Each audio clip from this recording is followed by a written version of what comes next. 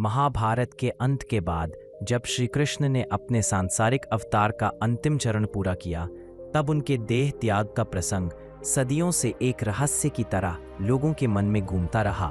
बहुत से पुराण, ग्रंथ और उपाख्यान इस घटना का उल्लेख करते हैं, लेकिन प्रत्येक वर्णन में एक गूढ़ आध्यात्मिक सत्य छिपा है, जिसे आम लोगों से लंबे समय तक छुपाया गया, क्योंकि उसका रहस्य साधारण मन के लिए नहीं था।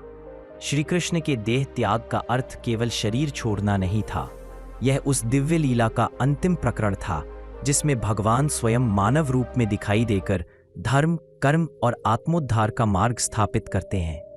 द्वारका के नाश के बाद जब यादव वंश का अंत होने लगा और समुद्र ने धीरे धीरे उस भव्य नगरी को अपने भीतर समेटना शुरू किया, तब श्री कृष्ण ने समझ लिया कि उनकी धरती पर लीला का उद्देश्य पूर्ण हो चुका है।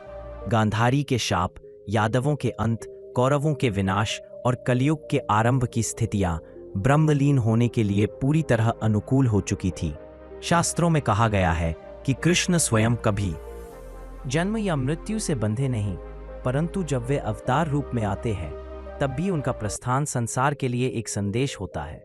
इसी संदर्भ में पन्यासी वन या प्रभास क्षेत्र का उल्लेख मिलता है, जहां श्री कृष्ण ध्यानमग्न होकर एक पीपल वृक्ष के नीचे बैठे थे।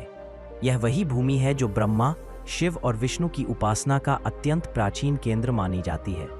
वहां बैठकर कृष्ण अपने भौतिक रूप को समेट रहे थे, अपने भीतर की योगिक अग्नि को जागृत कर रहे थे और स्वयं को परम धाम की ओर वापसी के लिए तैयार कर रहे थे। तभी एक शिकारी, जिसका नाम जरा बताया गया है, दूर से उन्हें हिरन समझकर एक तीर छोड़ देता है। शास्त्रों में लिखा गया है कि वह तीर वास्तव में लौकिक मृत्यु का माध्यम नहीं था, बल्कि कृष्ण की स्वयं की इच्छा से घटित लीला का अंतिम चरण था। भगवान ने उसे न केवल क्षमा किया, बल्कि उसके स्पर्श को भी अपने अवतार की पूर्णता माना। सामान्य लोग सोचते हैं कि एक साधारण शिकारी द्वारा छोड़ा गया तीर किसी दिव्य अस्तित्व को कैसे मार सकता है, लेकिन यह बात समझनी चाहिए कि मृत्यु यहाँ प्रतीक मात्र है। श्री कृष्ण ने देह त्याग योग मरण से किया, एक ऐसी प्रक्रिया जिसमें महान योगी अपने प्राण को नियंत्रित करके उसे सहस्रार चक्र से ब्रह्मांडीय ऊर्जा में विलीन कर देते हैं। जरा का तीर तो केवल समय चिन्ह था, वह संकेत था कि अब लीला समाप्त हो चुकी है। वास्तविक घटना यह थी कि कृष्ण ने अपने चित्त को योग की चरम अवस्था में स्थिर करते हुए प्राण को ऊर्ध्वगमन के माध्यम से परमधाम की ओर भेजा। इस प्रक्रिया को वेदांत में स्वेच्छा प्रयाण कहा गया है, अर्थात ऐसा प्रस्थान जो स्वयं की इच्छा से हो। इसे साधारण मृत्यु कहना गलत होगा, क्योंकि श्री कृष्ण जन्म मरण के चक्र से परे हैं। उन्होंने मानव रूप में रहते हुए भी संसार को यह दिखाया कि धर्म का मार्ग समाप्त नहीं होता, बल्कि आगे चलकर युगों को दिशा देता है। यही कारण है कि उनके देह त्याग का वर्णन साधारण भाषा में कभी स्पष्ट नहीं किया गया। पुरोहितों और ऋषियों का मानना था कि यदि आम लोग इस योगिक रहस्य को समझेंगे तो जीवन और मृत्यु के प्रति धारणा पूरी तरह बदल जाएगी। इसलिए इस प्रसंग को बाहरी रूप में, यानी जरा के तीर के माध्यम से वर्णित किया गया। वास्तविकता यह है कि कृष्ण ने अपनी दिव्य चेतना को वैसे ही लौटा लिया जैसे दीपक अपनी लौ को स्वयं शांत कर देता है।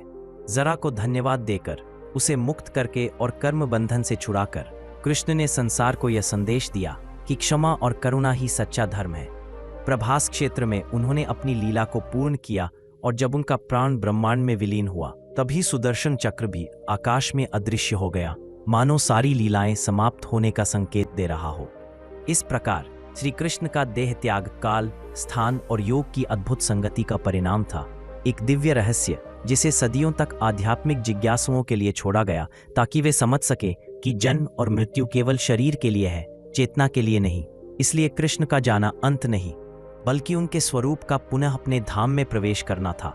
महाभारत के युद्ध के बाद श्री कृष्ण के देह त्याग से जुड़ा दूसरा बड़ा रहस्य यह है कि उन्होंने भौतिक संसार की हर डोर को धीरे धीरे अपने हाथों से खोला, ताकि उनकी लीला का समापन स्वयं प्रकृति के नियमों के अनुरूप हो सके। यह कोई अचानक घटने वाली घटना नहीं थी, यह एक बहुत सूक्ष्म, योजनाबद्ध और ब्रह्मांडीय क्रम में संचालित प्रक्रिया थी। जब युद्ध खत्म हुआ, कौरव वंश का अंत हुआ और पांडवों ने राज्य संभाल लिया, तब कृष्ण को जात था कि यह युग परिवर्तन का समय है। उन्होंने अर्जुन से कहा था कि जब धर्म अपनी चरम सीमा पर पहुंच जाए और अधर्म का बोझ पृथ्वी से उठ जाए, तब अवतार का उद्देश्य पूर्ण हो जाता है। इसलिए युद्ध के तुरंत बाद ही कृष्ण ने देह त्याग की योजना नहीं बनाई, बल्कि उन्होंने प्रतीक्षा की, यादवों के अंत की, अपने राज्य के पतन की और समग्र परिस्थितियों के पूर्ण होने की। उनके मन में कोई दुख या मोह नहीं था, क्योंकि अवतार का कार्य मनुष्य मात्र के बंधनों से मुक्त होता है।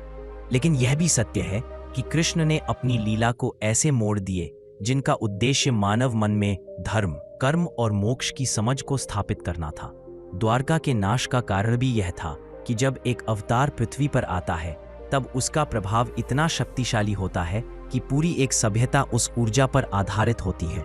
जब वह ऊर्जा वापस अपने स्रोत की ओर लौटती है, तब उसका प्रभाव भी समाप्त हो जाता है।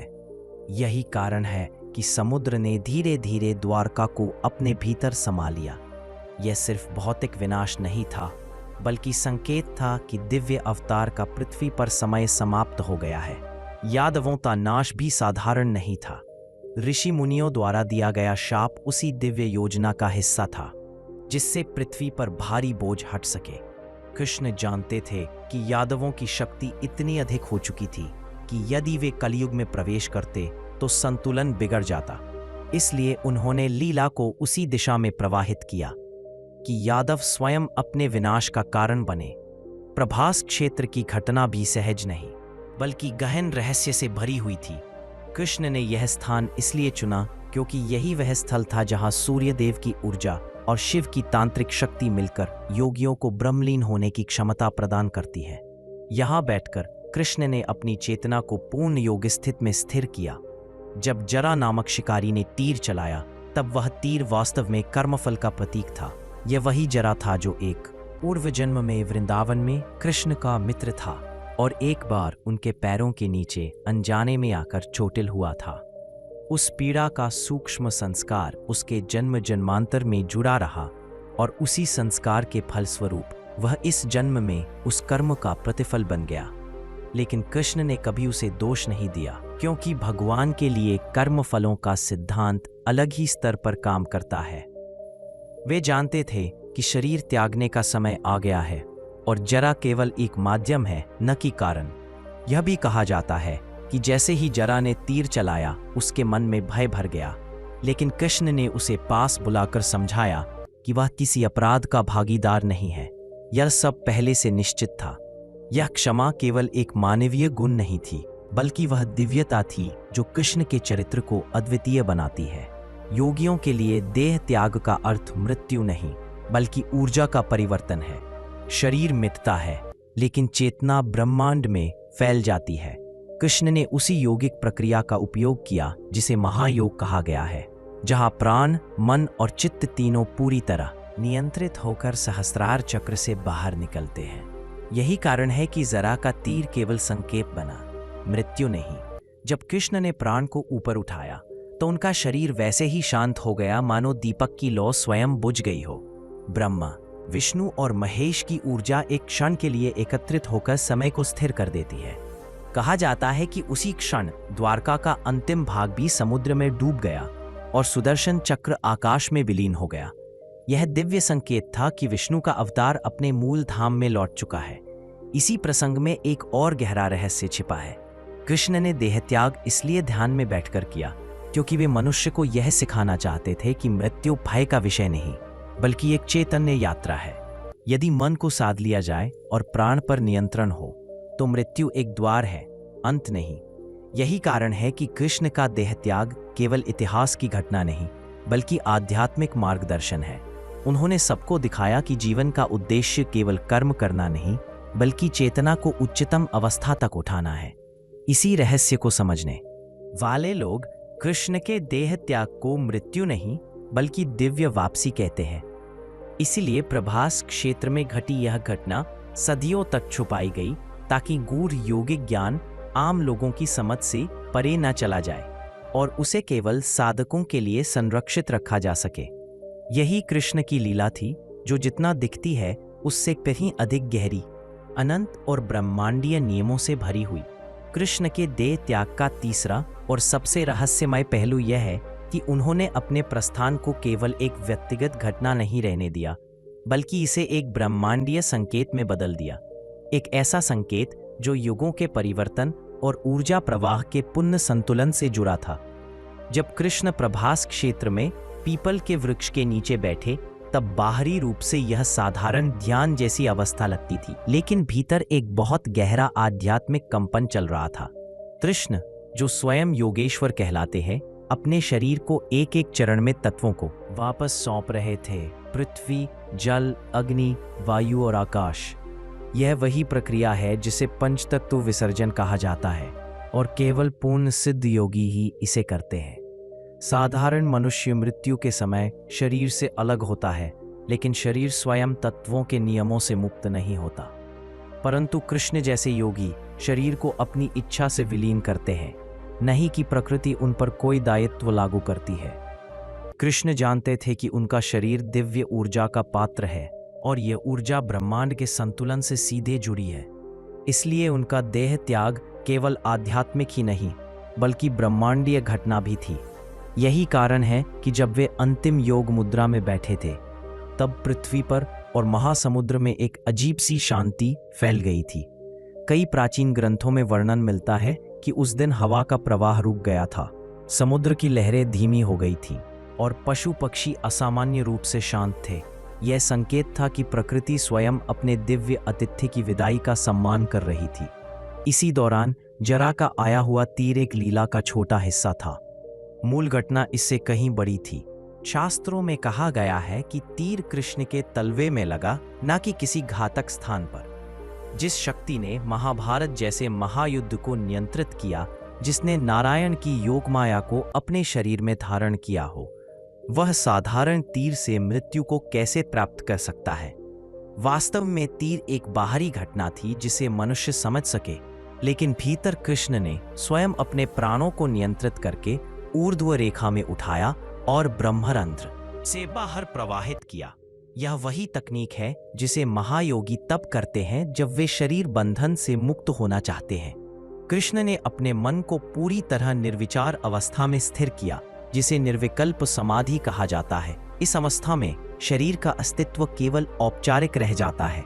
चेतना ब्रह्मांडीय ऊर्जा के साथ विलीन होने लगती है।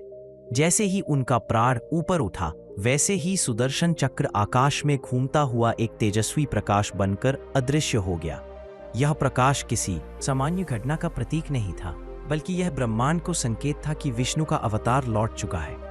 देवताओं के लोक में एक कंपन महसूस हुआ, ऋषियों की दृष्टि में एक दिव्य चमक प्रकट हुई, और पितरों के लोक में यह बताया गया कि धर्म का स्तंभ अपने धाम की ओर जा रहा है। कृष्ण के उगते ही द्वारका का अस्तित्व भी समाप्त होने लगा। ऐसा कहा जाता है कि कृष्ण की ऊर्जा पृथ्वी के जिस स्थान को स्पर्श करती, वह क्षेत्र पवित्र होकर स्थिर हो जाता, लेकिन उनके जाने के बाद वही स्थान अपने मूल रूप में लौटने लगा। यही कारण है कि समुद्र ने द्वारका को समेट लिया। यह विनाश नहीं था, बल्कि ऊर्जा संतुलन का पुनर्गठन था। यादवों के नाश और द्वारका के डूबने का यह रहस्य भी कृष्ण के देह त्याग से जुड़ा था। कृष्ण जानते थे कि यदि उनका वंश उनकी अनुपस्थिति में पृथ्वी पर रहता, तो उनकी शक्ति, उनका सामर्थ्य और योद्धा स्वभाव कलयुग में भारी असंतुलन पैदा कर देता। इसलिए उन्होंने पहले ही यह लीला रच दी कि यादव आपस में कलह करें और धीरे धीरे अपना अहंकार स्वयं नष्ट कर दें। यह कोई दंड नहीं था, बल्कि यह पृथ्वी के संरक्षण की व्यवस्था थी। जरा की भूमिका भी इस व्यापक ब्रह्मांडीय नियोजन का हिस्सा थी। जरा केवल एक पूर्व जन्म का कर्मबंधन पूरा करने आया था। कृष्ण की दया इतनी बड़ी थी कि उन्होंने जरा से कहा कि वह चिंता न करे, क्योंकि उसका तीर किसी पाप का कारण नहीं, बल्कि एक कर्मचक्र की पूर्णावस्था थी। कृष्ण के मन में उस क्षण कोई पीड़ा नहीं थी, न कोई भय, न कोई मोह। वह क्षण इतना दिव्य था कि जरा स्वयं भी कृष्ण के शरीर से निकलती दिव्य आभा को देखकर स्तब्ध रह गया। कृष्ण ने उससे कहा कि वह अपने जीवन को भय से मुक्त रखे और मोक्ष की ओर बढ़े, क्योंकि जिसने परम सत्य के स्पर्श का अनुभव किया हो, उसके सारे कर्म तत्काल जल जाते हैं। आखिर में कृष्ण की चेतना जब परम धाम में विलीन हुई, तब आकाश में एक क्षण के लिए ऐसा प्रकाश फैला मानो 1000 सूर्यों का तेज एक साथ प्रकट हुआ हो। यह प्रकाश किसी को दिखाई नहीं दिया, लेकिन उसे केवल वे ही महसूस कर सके जिनकी आत्मा शुद्ध थी। यही कारण है कि कृष्ण का देह त्याग कोई मृत्यु नहीं, बल्कि ऊर्जा का उत्थान, चेतना का विस्तार और ब्रह्मांड में संतुलन का पुनर्स्थापन था। प्रभास क्षेत्र आज भी उसी दिव्य ऊर्जा का साक्षी है जहां कृष्ण ने अपने शरीर को नहीं खोया, बल्कि उसे अपने ही भीतर समेटकर फिर से अपने शाश्वत स्वरूप में लौट गए। कृष्ण के देह त्याग का चौथा और अत्यंत गहरा रहस्य इस बात से जुड़ा है कि उन्होंने अपनी विदाई को केवल सांसारिक घटना नहीं रहने दिया, बल्कि इसे एक शिक्षाप्रद आध्यात्मिक संदेश में बदल दिया। ऐसा संदेश जो मनुष्य को यह समझाने के लिए था कि जीवन का अंतिम सत्य मृत्यु नहीं, बल्कि चेतना की यात्रा है। प्रभास क्षेत्र में बैठे हुए कृष्ण ने अपने शरीर को त्यागने का जो तरीका चुना, वह साधारण मनुष्य की समझ से कहीं परे था। उनके प्रस्थान में वेदांत, सांख्य, योग और भक्ति के चारों मार्गों का समन्वय था। जब कृष्ण ने ध्यान की अवस्था में प्रवेश किया, तब वे न केवल प्राण को नियंत्रित कर रहे थे, बल्कि अपनी पूरी चेतना को एक एक स्तर पर मुक्त कर रहे थे। यह प्रक्रिया सूक्ष्म शरीर विमोचन कहलाती है, जिसमें योगी पहले अपने प्राणमय शरीर को, फिर मनोमय शरीर को और अंत में विज्ञानमय शरीर को विलीन करते हैं। केवल आनंदमय शरीर ही ब्रह्मांडीय चेतना के साथ एकाकार होता है। कृष्ण ने यह प्रक्रिया किसी साधारण योगी की तरह नहीं की। वे स्वयं योगेश्वर थे, इसलिए उनके भीतर का चैतन्य स्वयं ही ब्रह्मांडीय ऊर्जा का केंद्र बन चुका था। जब वे प्रभास में बैठे थे, उस समय उनकी आंखों में एक अद्भुत शांति थी, जैसे कोई दीर्घ यात्रा पूर्ण हो चुकी हो और अब लौटने का समय आ गया हो। यह शांति केवल मृत्यु का नहीं, बल्कि स्वीकार का प्रतीक थी। कृष्ण ने अपने जीवन में सब कुछ स्वीकार किया, आनंद भी, कठिनाइयां भी, युद्ध भी और प्रेम भी। वे जानते थे कि जीवन एक प्रवाह है और मृत्यु उस प्रवाह का दूसरा किनारा। जब उन्होंने जरा को पास बुलाकर मुस्कुराते हुए कहा कि डरो मत, यह सब पूर्व निश्चित था, तब यह केवल क्षमा का भाव नहीं था, बल्कि यह मनुष्य को दिया गया एक अद्वितीय संदेश था कि जीवन में जो भी घटता है वह ब्रह्मांड के नियमों के अनुसार होता है और उन नियमों के भीतर कोई भी घटना अनर्थक नहीं। कृष्ण ने मनुष्य को यह बताया कि कर्म मनुष्य की नियति तय करते हैं, लेकिन चेतना यह तय करती है कि उन कर्मों को कैसे देखा जाए। मृत्यु को भी यदि भय की दृष्टि से देखा जाए तो वह भारी लगती है, लेकिन यदि उसे यात्रा का हिस्सा समझा जाए तो वह एक नया द्वार खुलने जैसा है। कृष्ण की मृत्यु इसी बात का प्रतीक बनी। जब कृष्ण ने ध्यान में बैठे बैठे अपनी श्वास को सूक्ष्म रूप से धीमा करना शुरू किया, तब वे कुंभक की उच्च अवस्था में पहुंच चुके थे। यह वह अवस्था होती है जहां श्वास रुकने के बावजूद जीवन बना रहता है, क्योंकि मनुष्य प्राण को भीतर धारण कर लेता है। यही अवस्था योगियों के देह त्याग का आरंभिक चरण होती है। इसके बाद कृष्ण ने अपनी चेतना को आज्ञा चक्र में स्थिर किया, जिससे मन का अंतिम विकार भी समाप्त हो गया। जिस क्षण मन शांत हो जाए, उस क्षण मृत्यु कोई दुख नहीं, बल्कि प्रकाश का अनुभव बन जाती है। इसी कारण कृष्ण के चेहरे पर उस समय अद्भुत तेज था, जिसे जरा जैसा साधारण व्यक्ति भी देख सका। वह तेज कोई भौतिक प्रकाश नहीं, बल्कि चेतना का आभा मंडल था। जिस क्षण कृष्ण ने आज्ञा चक्र से सहस्रार के मार्ग पर प्रवेश किया, उसी क्षण पृथ्वी और प्रकृति में हल्की हलचल महसूस हुई। बादलों का प्रवाह रुक गया, सूरज का प्रकाश कोमल हो गया और समुद्र की लहरें धीमी पड़ गईं। यह प्रकृति का उनका अंतिम स्वागत था, मानो प्रकृति स्वयं यह संकेत दे रही हो कि एक दिव्य अस्तित्व अब अगले लोक में प्रवेश करने वाला है। कृष्ण के देह त्याग में एक और गहरा रहस्य यह था कि उन्होंने संसार को यह बताना चाहा कि मृत्यु बाहरी घटना नहीं, बल्कि आंतरिक यात्रा है। जब मनुष्य अपने भीतर के भय को, अपने भीतर के मोह को और अपने भीतर के विवादों को शांत कर लेता है, तभी वह मृत्यु को सहजता से स्वीकार कर सकता है। कृष्ण ने अपने जीवन में मोह नहीं रखा, न द्वारका का, न राज्य का, न सत्ता का, न परिवार का। उनका हर कर्म धर्म के लिए था और धर्म कभी बंधन नहीं बनता। जब उनका शरीर भौतिक रूप से शांत हुआ, तब ऐसा लगा मानो प्रकृति ने एक विशाल दीपक को अपने भीतर समेट लिया हो। लेकिन कृष्ण का अवतार कहीं समाप्त नहीं हुआ। वे केवल रूप बदलकर परम धाम में प्रवेश कर गए। इसी प्रसंग को समझने में गलती ये होती है कि लोग तीर को कारण समझ लेते हैं। तीर केवल बाहरी साधन था, वास्तविक त्याग योग और चेतना की प्रक्रिया से हुआ। यही कारण है कि कृष्ण का शरीर जलाया नहीं गया, उनका शरीर स्वयं पंचतत्व में विलीन हो गया। प्रभास क्षेत्र में उपस्थित कुछ साधकों ने उस दिन यह अनुभव किया कि वातावरण में एक दिव्य सुगंध फैल गई थी, मानो किसी देवता ने अपनी उपस्थिति का संकेत दिया हो। कुछ लोगों ने यह भी कहा कि उन्होंने आकाश में एक तेजस्वी प्रकाश को विभाजित होकर ऊपर की ओर जाते देखा। ये सब वर्णन किसी कल्पना का नहीं, बल्कि उस शांति का अनुभव थे जो कृष्ण की चेतना के विसर्जन के बाद पृथ्वी पर फैली थी। यही कारण है कि कृष्ण का देह त्याग संसार के लिए एक दिव्य पाठ है कि मृत्यु शरीर का अंत है, आत्मा का नहीं, और यह कि जीवन जितना मूल्यवान है, मृत्यु भी उतनी ही मूल्यवान है यदि उसे समझकर स्वीकार किया जाए। कृष्ण के इस रहस्यपूर्ण प्रस्थान ने संसार को यह भी बताया कि चेतना कभी मरती नहीं, वह केवल रूप बदलकर आगे बढ़ जाती है। इसी कारण कृष्ण का जाना किसी को दुख नहीं देता, बल्कि आत्मा के पुनर्जन्म और मोक्ष की बात को और गहरा बना देता है। कृष्ण के देह त्याग का पांचवा रहस्य इस बात में छिपा है कि उनका प्रस्थान केवल एक दिव्य घटना नहीं था, बल्कि समय के चक्र को पुनः संतुलित करने की प्रक्रिया भी था। युग बदलते हैं, सभ्यताएं उठती और गिरती है, लेकिन हर परिवर्तन के केंद्र में एक ऐसी ऊर्जा होती है जो ब्रह्मांड को संचालित करती है। कृष्ण उसी ऊर्जा का अवतार थे और उनका देह त्याग उस ऊर्जा के पुनः समायोजन का संकेत था।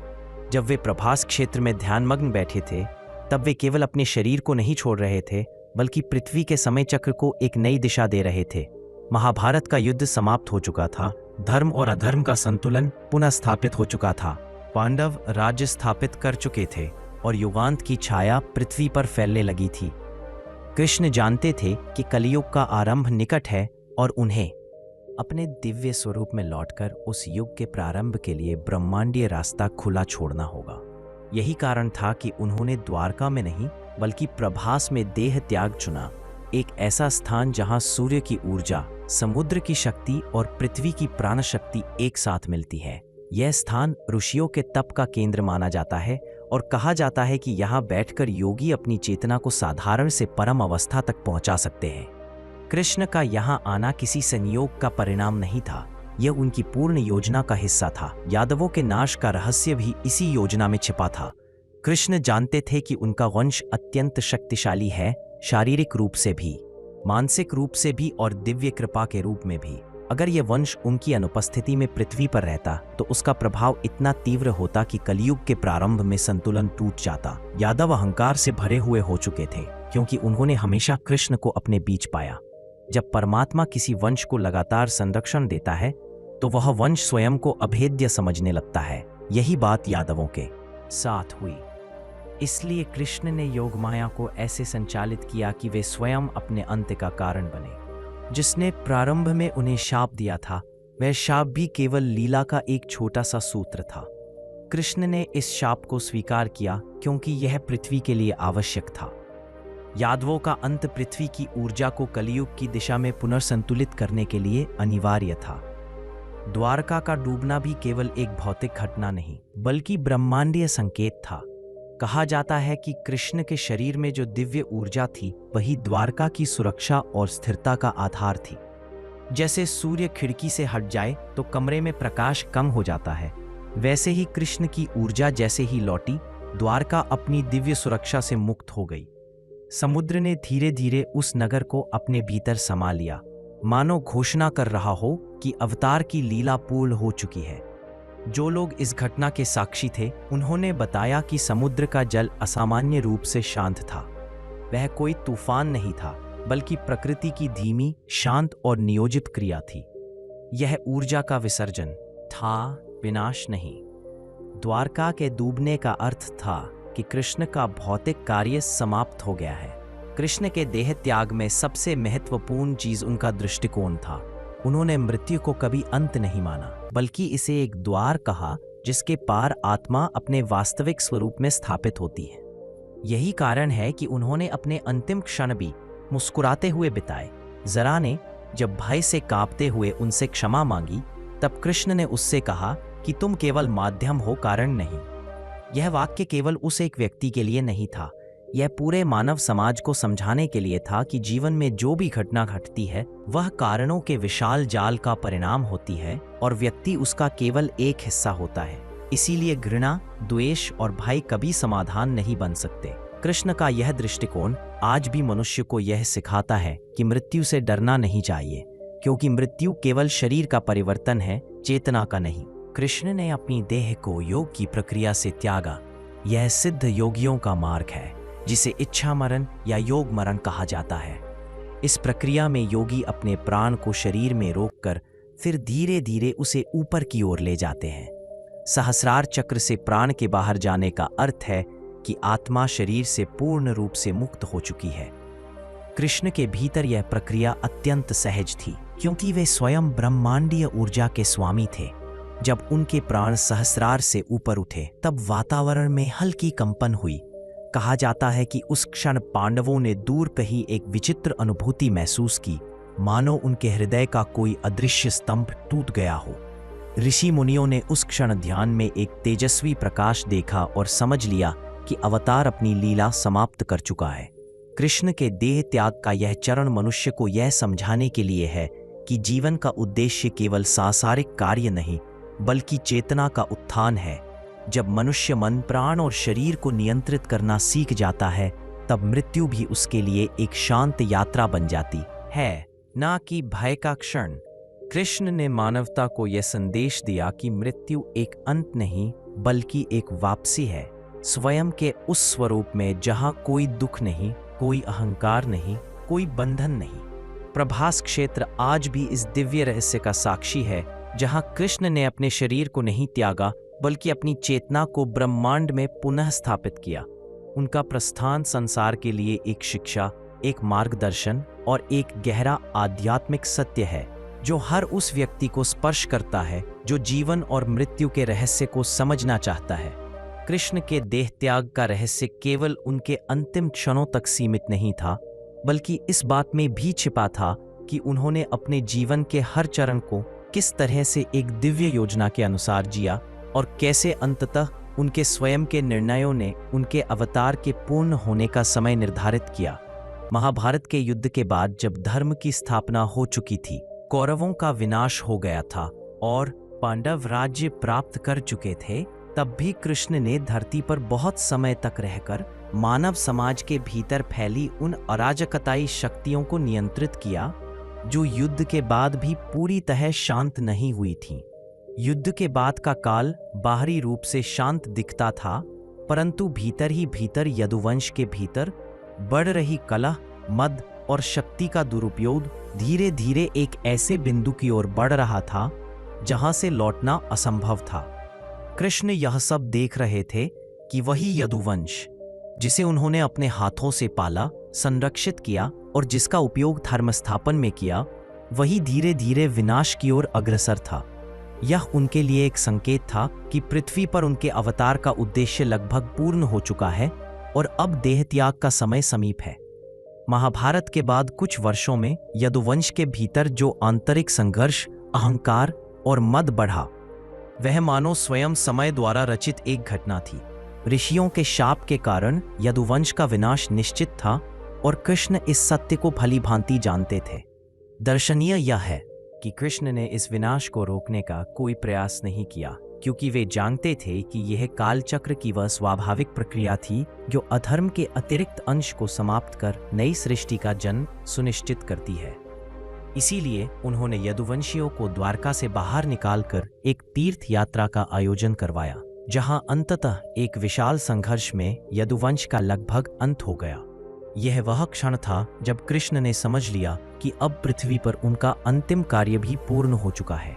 जब यदुवंश समाप्त हो गया और द्वारका की रक्षा हेतु उनके अवतार की आवश्यकता भी समाप्त हो गई, तब कृष्ण वन में अकेले घूमते हुए एक शांत मुद्रा में एक पीपल के पेड़ के नीचे विश्राम करने लगे।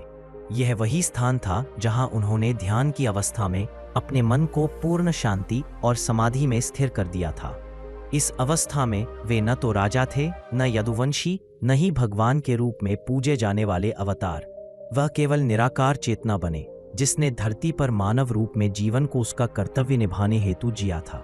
इसी अवस्था में शिकारी जरा ने कृष्ण के चरण में चमकते पद्म को हिरण की आंख समझकर उस पर बाण चला दिया। सामान्य दृष्टि से यह एक दुर्घटना प्रतीत होती है, लेकिन गूढ़ दृष्टि कहती है कि यह कोई संयोग नहीं था। स्वयं कृष्ण ने इस घटना को अपने जीवन के अंतिम कर्मफल के रूप में स्वीकार किया, क्योंकि रामावतार में बाली को पीछे से बाण मारने का कर्म अधूरा रह गया था और उसी कर्म के निष्पादन के लिए जरा उसी जन्म का पुनर्जन्म माने जाते हैं। इस प्रकार कृष्ण ने अपने पूर्ववर्ती अवतार के कर्मों को भी पूर्ण करके अपने अवतारी चक्र को समाप्त किया। बाण लगने के बाद भी कृष्ण को कोई पीड़ा नहीं हुई, न ही उन्होंने मृत्यु के प्रति भय या असहायता व्यक्त की। इसके विपरीत उन्होंने जरा को पास बुलाया, उसे सांत्वना दी और बताया कि उसने कोई अपराध नहीं किया। कृष्ण की इस करुणा और व्यापक दृष्टि में वह दिव्यता छिपी थी जो उन्हें सामान्य मनुष्यों से अलग करती थी। उनके लिए देह त्याग संसार का अंत नहीं था, बल्कि एक नई यात्रा की शुरुआत था, एक ऐसी यात्रा जो जन्म और मृत्यु से परे है। अपने अंतिम समय में कृष्ण ने ना तो किसी वैद्य को बुलाया, ना किसी राजकीय सहायता की आवश्यकता जताई। उन्होंने बस धरती को अपनी अंतिम दृष्टि से निहारा और मुस्कुराते हुए कहा कि उनका कार्य पूर्ण हो चुका है।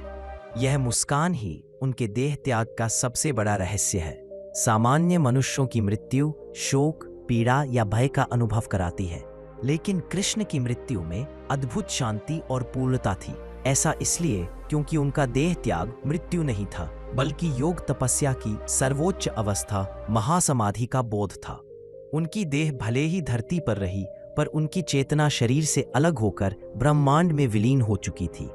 यही कारण है कि कई ग्रंथ बताते हैं कि कृष्ण का शरीर धरा पर नहीं मिला और वह प्रकाश में विलीन हो गया। चाहे यह बात प्रतीकात्मक मानी जाए या वास्तविक, इसका संदेश स्पष्ट है। कृष्ण का जाना किसी सामान्य मृत्यु की तरह नहीं था, बल्कि यह उनके अवतार के समापन का शास्त्रीय, दिव्य और शांति से भरा हुआ क्षण था, जिसने उन्हें योगेश्वर होने का प्रमाण दिया। कृष्ण के देह त्याग का वास्तविक रहस्य यही था कि उन्होंने अपने अंतिम समय को भी एक आध्यात्मिक प्रक्रिया बना दिया, जिसमें कोई दुख, कोई पछतावा या कोई मोह शेष नहीं था। उनकी ये अंतिम लीला यह बताती है कि शरीर नश्वर है, लेकिन चेतना, जो कृष्ण का वास्तविक स्वरूप थी, कभी समाप्त नहीं होती। इसीलिए उनके जाने के हजारों वर्ष बाद भी लोग उन्हें केवल एक ऐतिहासिक व्यक्तित्व नहीं, बल्कि एक जीवित चेतना के रूप में अनुभव करते हैं।